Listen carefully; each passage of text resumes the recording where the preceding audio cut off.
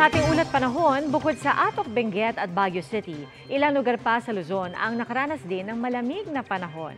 Kanina umaga, nag-12.1 degrees Celsius sa La Trinidad, Benguet. Yan po, ang pinakamababa ngayong amihan season.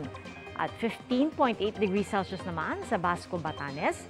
At sa Tanay Rizal, naramdaman ng 19 degrees Celsius, habang 20 degrees Celsius naman sa Tuguegarao City.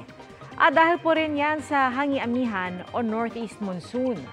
Tuloy-tuloy ring umiiral ang easterlies o yung mainit na hangin galing sa dagat Pasipiko. Sa pagsasalubong ng malamig at mainit na hangin, patuloy ang pag-iral ng shear line na magpapaulan pa rin sa bansa. Base sa datos ng Metro Weather, may pag-ulan bukas sa Quezon, Mimaropa, Visayas at ilang bahagi ng Mindanao. May malalakas na ulan kaya maging alerto sa banta ng baha o landslide.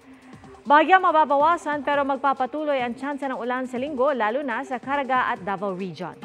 Sa Metro Manila, hindi pa rin inaalis ang tsansa ng ulan ngayong weekend.